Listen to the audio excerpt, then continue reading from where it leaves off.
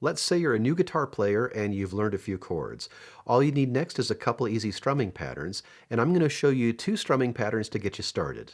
These patterns are in 4/4 time, and that's going to cover 90% of the songs you're ever going to play. Let's talk about 4/4 time real quick. If you can feel the beat in groups of 4, 1, 2, 3, 4, jingle bells, 4 jingle bells, then you are probably in 4/4 time. Now that is way oversimplified, but really that's all you need to know for this lesson. The first pattern I want to show you is a bass strum pattern. A lot of people call this a boom chick pattern. Here's what it sounds like on a G chord. So that's bass strum, or boom chick, boom chick. In the example, the beats are marked below, beats 1, 2, 3, 4, since we're in 4/4 time. The B stands for a bass note, and the slash stands for a strum. When you play this pattern, you're going to hit the bass note on beats 1 and 3, and strum on 2 and 4. So we have bass, strum, or 1, 2, 3, 4. 1, 2, 3, 4, or boom chick, boom chick, boom chick, boom chick. The bass note is the lowest sounding note of the chord. If you're playing a 6-string chord, your bass is going to be the 6th string. For example, the G chord. I'm hitting string 6 for my bass note. Or an E minor chord, that's another 6-string chord, so your 6th string will be your bass. For a 5-string chord like the C, the 5th string is going to be your bass note.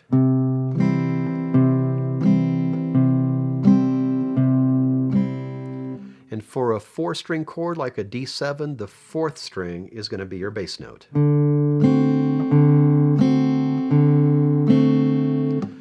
When I play this pattern, I do not re-strum the bass note. I want to keep that bass note ringing while I strum on the other beats.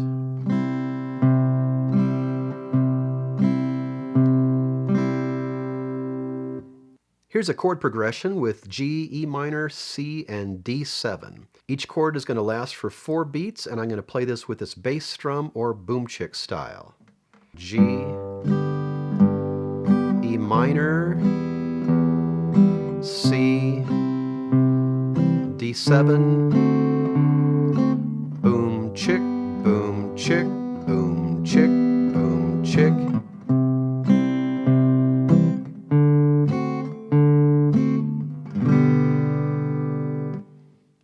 Before I show you the next pattern, I want to mention that I've got a couple free downloads for you. If you check the description below, you'll find a link to my free downloads page. Of course, you can download anything you want on that page, but if you're watching this lesson, you might be interested in my open chord diagrams PDF and my rhythm reference PDF.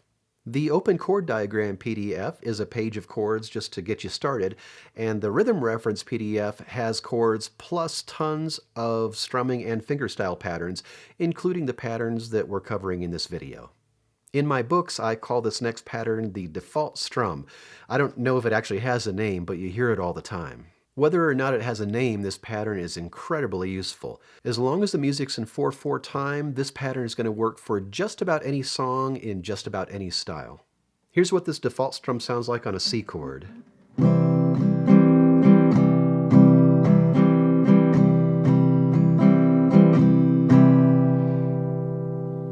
Let's break that down. If you don't know how to read those rhythms yet, just listen to how I play it and pay very close attention to the strumming direction. Check out those arrows above the notes. That's your picking direction. So that's going to be down, down, up, up, down, down, down, up, down. And notice there's a little pause between those 2 ups. Down, down, up, down, down, down, up, down.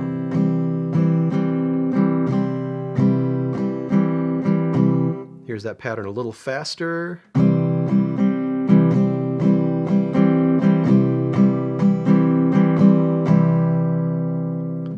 Here's a chord progression with G, C, G, and D7.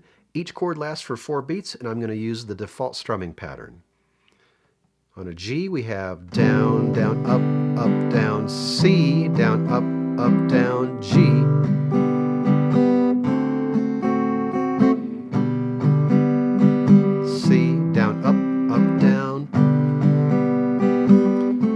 works with in the jungle, the mighty jungle, the lion sleeps tonight. A weem away, a weem away. Once you learn these two patterns, the bass strum pattern or boom chick and the default pattern, your guitar chords are going to sound better right away. One of the great things about them is that you can add variations once you got the basic pattern down. I'm going to cover that in a future video. That's all for now. Thanks for watching, and I'll see you next time with more guitar tips.